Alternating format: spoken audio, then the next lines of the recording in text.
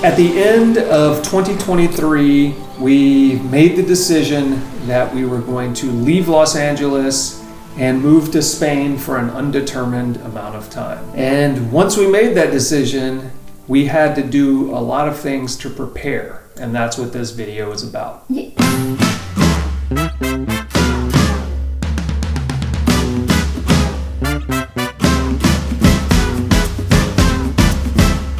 I remember I stumbled on something that was talking about digital nomad visas. Portugal already had one, and at the time that I had found it, it was saying that Spain was in the process of releasing their own. So for anyone who's unclear, digital nomad visa means that you live in a country, but you have to work in a separate country. So your income has to come from outside the country. Basically, anybody who is a remote worker or a freelancer who is getting paid in a country outside of Spain. You could potentially qualify if you meet the requirements. Once we knew that you could qualify for the digital nomad visa, I could come along as your spouse. Why did we want to move here to Spain? I think mostly the idea came based off of our enjoyment of our honeymoon. We took a honeymoon where we spent about a month. We showed up with little backpacks on our back, not even backpacking size backpacks, carry-on luggage size backpacks. Everything we had for the month was in those backpacks, and then we used the train system across Europe to travel from Copenhagen and make our way through various different countries.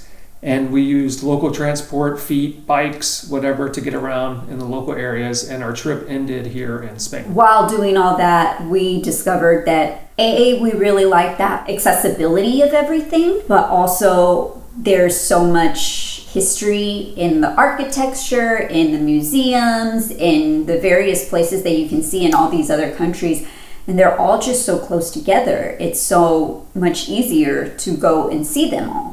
Yeah, it seemed like an interesting thing to see what it would be like to live in a different country, but also coming from Los Angeles, Spain is ridiculously affordable. Everything is costing us less than half what we were spending before. But then also, we don't have a car right now. We will eventually probably buy a car. We're going to have to get the license here. That's a whole involved process. But we're not paying for cars, we're not paying for car insurance, we're not maintaining those things. Right now, public transport is free, so we aren't really paying for local transport, and most of what we do, we either take a train or we get there on foot. Yeah, and I mean, we live within a block of a number of cafes and restaurants, so and 2 blocks from the beach. Yeah, so at any point, if we feel like eating out, we can just walk there. We don't need to drive there.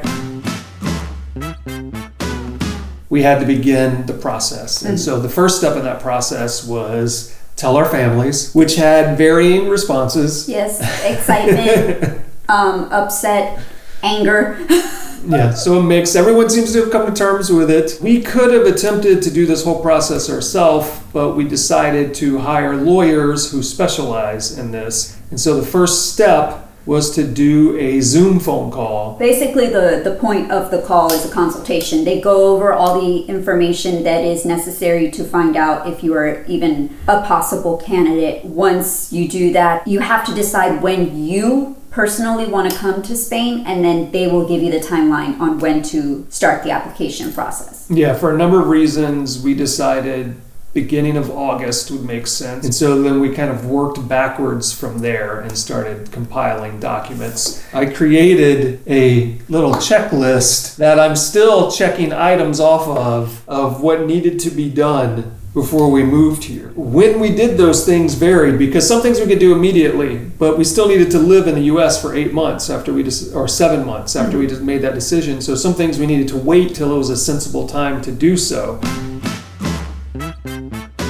After we talked to the lawyers, we put together this to-do list. We started figuring out what we needed to do. Among those things was probably your favorite part of the process, which was the FBI background check. Yes, which the process of that is you get fingerprinted.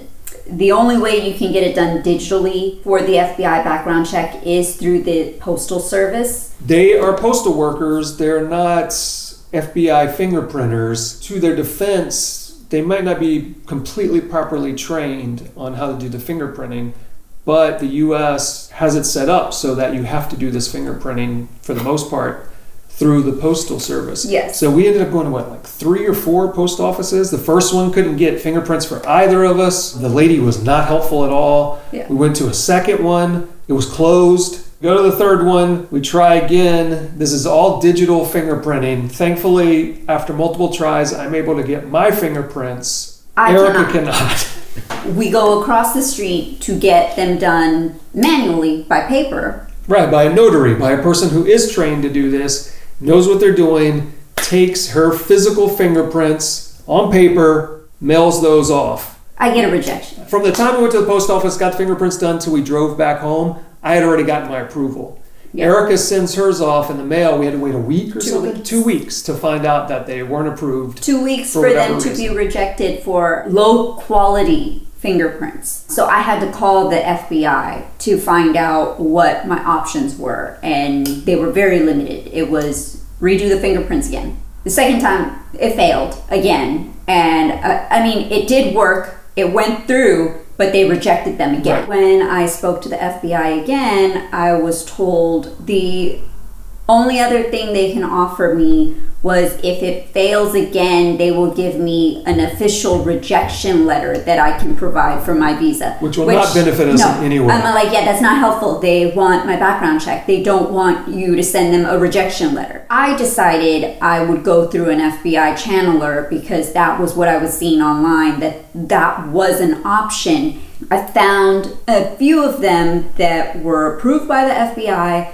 that were within driving distance of me. I did my fingerprints, they were submitted, and they finally got approved. Right, so basically Erika had to jump through a bunch of hoops to find a way around the usual process to use this professional person who got her fingerprints approved so that she'd get a little sheet of paper that said that she has no criminal record and that nothing showed up and nothing matched her fingerprints. Yes. And it took, like a month, 6 weeks? Something like that for you to get and I was out like $150. Yeah. Yeah, because even though the FBI rejected the fingerprints, still got to pay for it. So one of the other things you have to do when you're getting ready to move out of the country is decide what accounts you're keeping, which ones you're going to cancel. For me, I had multiple magazine subscriptions, multiple bank accounts, TV subscriptions for things like Netflix and Hulu. Which, to a certain extent, those things can just roll over with you moving to another country. Like, I still have Disney Plus, but there are other things that are going to be very reliant. They don't do AAA over here, so I have to go and cancel that. For me, I just canceled a lot. I canceled magazine subscriptions, not going to worry about those here. I canceled all my TV services because, for one, we have other things to do once we get here, but then also I just kind of saw it as like a reset button. If you decide to do something like this, you really want to think through your bank accounts, because you're going to get a Spanish bank account, or wherever you go, you're going to get a bank account there. Yes. You need one that works in the country you're in the currency that they use. But we also have funds coming from the US. We have money in investments and savings accounts and things there. We did a little bit of research to find out which banks we should work with so we didn't have to worry about constantly getting fees, but also banks that maybe would be friendly to people who are working with multiple currencies or from other countries. And so you had to close a number of bank accounts, open a number of new bank accounts. One of the things that we needed to do, since we would no longer be in the US, was we needed to get a virtual mailbox. You pay someone else to receive your mail, open it, scan it, and email it to you so that you know what mail you're still receiving in the US and can respond appropriately to it when you need to, or have them forward mail for you. I've already had them forward things to Spain. Banks do not accept that address. Any credit card company you have, as soon as you try to put in a virtual mailbox address, they will tell you it's not acceptable. So we still ended up having to use Jason's parents' address because they are also in the same state as our virtual mailbox, so we're all like, at least we'll keep it, together there. We decided to get a virtual mailbox in Florida for a number of reasons. Florida doesn't have income tax at all, so I could transfer my LLC from California, where I would be paying at least $800 a year to maintain it, even living over here. I could transfer that to Florida and have the virtual mailbox people also be my agents that receive my mail for my LLC.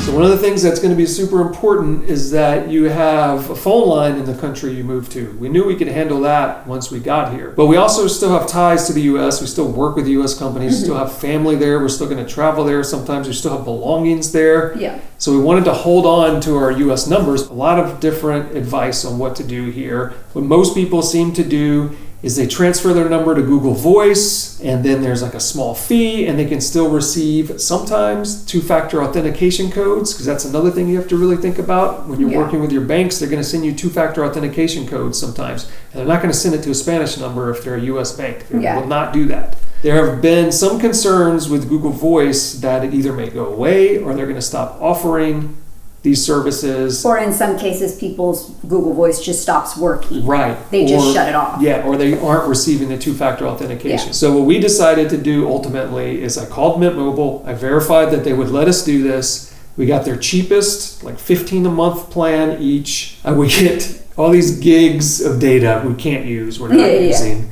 But it allows us to do our texting and our phone calls over Wi-Fi while we're in Spain. And to us, that was worth $15 a month. Well, both of our cell phone plans, both the Spanish one and the Mint Mobile, is still cheaper than what we were paying monthly in the U.S. Right, so. And here in Spain, we got Lobster, which is a phone plan made by British people here in Spain. So everything's handled in English. It's very inexpensive. It seems to work most of the time. It also equals about $15 a month.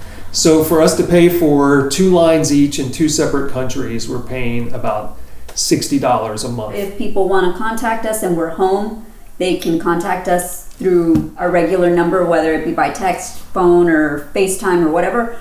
And when we're out, if they can't get a hold of us that way, then they can get a hold of us through WhatsApp. Yeah, WhatsApp, if people don't know what WhatsApp is, every country except the U.S. it's relies very on WhatsApp reliant. like crazy. Even businesses out here will have their WhatsApp. A really big thing you have to decide is what to do with everything you own. Let's really sit down with these belongings and decide what we're willing to part with and what we're not. I had a lot of collectibles and toys and things like that. At the start of the year, I did a huge cull, and everything I didn't immediately love was immediately put on eBay. Anything that didn't sell was either given away, donated, or taken to like a location that buys things. We had multiple bookshelves worth of books, plus boxes in the garage, so many books, and we had to decide what books do we really want to keep, what books should we just get rid of. Then I had 40 years worth of comic books, a few thousand comics, and I parted with every single one of those. There was a process. There was an emotional process to come to terms with that. But it also allowed me to make a few thousand extra dollars that would be helpful in this whole process. And then those things that we didn't give away, those things that we didn't sell, we had to put in storage. Got really lucky being able to get the storage unit that we got at a good price. I stumbled upon a storage unit that had just expanded and built out their climate controlled area, so they were doing everything at a discount. So we were able to get a 10 by 15 room for almost half price. I asked if we paid ahead of time, if it would lock in the rate for the year, and he said yes. So we paid for a year of storage. So until July of 2025, we're paid up for storage. At the very least, we know we're going to be here for a year and our stuff is somewhere else. From there on, we either have to decide if we're going to keep our stuff, get rid of our stuff, or ship all our stuff. So one of the things you have to decide, and that we had to decide, was what would we bring with us? And we didn't want to pay for a shipping container or anything like that. Plus, we didn't have anywhere to move to. We were going to come here, stay in an Airbnb for a month and figure it out. And so we kind of had to decide what was the bare essentials we could bring. But also we have work stuff. Right, because we need to be able to work here, we need to be able to recreate here, and then we just need basic living items like clothing. And unlike Jason, who can be in shorts and a t-shirt 90% of the time, I actually had to bring real clothes. I needed to have clothing for hot weather, cold weather. Yeah, I wear fake clothes. I had to try and fit as much of an actual wardrobe for various seasons in the limited luggage we were bringing, as well as shoes. And we had to bring work stuff. Laptop, hard drive, Wacom tablet. I brought a RAID. I bought a small Mac Studio, camera gear, like what I'm shooting on right now. I had to leave a lot of stuff behind, like lights and C-stand, Apple boxes, and all the things that would help make them look better. I don't have any of that stuff right now. And then also there were other things that you kind of just, in my case, I wanted to have. Like, I wanted to bring a Switch so that I could have something to play. Yeah, so we decided to get Kindles and just do digital books for the time being. I brought up most of my climbing gear with me, though I did whittle down a lot of it. Yeah, we also have like a small stash of art supplies that we brought with us. I brought my knitting stuff with me. Like, there are just little things that we figured would be essentials to take so that we didn't have to rebuy those things over here. There are other things like a yoga mat I just had to buy here because it's bulky. It takes up room. Some things I had to decide to leave and hopefully retrieve them later. Like, we don't have any backpacking gear with us right now. No. I don't have any canyoneering gear with me. I don't have my wetsuit with me. But you might soon. We hopefully will have people bring us items as they come to visit us as part of this plan. But even so, even being here, we know we're in this apartment for 10 months. Yes. Then our lease is up and we need to move. We're considering moving to northern Spain after that. So then we've got to move everything, from here to 10 hours away across the state, or a few hours across the country or a few hours by plane. So we've either got everything on an airplane again, or we've got to drive everything 10 hours away. We have also acquired things since we've been here. We now have more than what we showed up with. Well, and one thing, so bringing work gear like computers and things, we did not bring monitors because that was just not a manageable thing to deal with. We had to buy new monitors here. We basically had to make a lot of decisions. What do we absolutely need? What do we really want to have with us? And what can we kind of compromise and bring the bare minimum and leave some things back in the US? And what do we just get rid of entirely? And so once we whittled everything down, it turned out we each had 4 pieces of luggage. So we each had... of varying sizes. Yeah, we each had a backpack. We each had a big duffel bag. I bought a huge, it wasn't Pelican official, but a Pelican style case to carry camera gear. Yeah, it's great. It's carried camera gear, computer gear, my drone, all those things safely fit in there. And then I had a smaller duffel bag in addition to that. I, on the other hand, had my backpack. I had 2 duffel bags, both not possible for me to wield at the same time.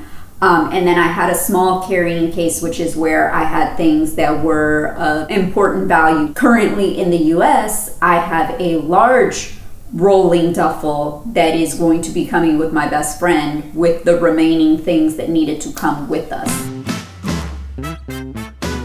We got really lucky at the airport. They didn't charge us for my overweight hard case bag, but we also got unlucky, and this is something to be aware of. If you are trying to move to another country and you do not currently have that visa, and you buy a one-way ticket to another country, when you get to the airport and they check you in, they might tell you that you're not allowed to leave the US without a return ticket. Mm-hmm. So essentially, even though we told them we're trying to apply for a visa and get a visa there, they told us, unless you buy a return ticket, or in this case, a ticket out of the EU, we cannot check you in, you cannot fly. Yeah. So at the airport, we had to hurry up, find the cheapest ticket out of Spain. So we bought 2 tickets from Malaga to Morocco that we did not use for like 100 euros, so that we could show that we had, within that 3-month window that you're allowed to stay on a tourist visa, that we had tickets to leave the EU. And part of the reason why we didn't have the visa before we left was because the lawyers had let us know if we chose to do the visa when we were in Spain,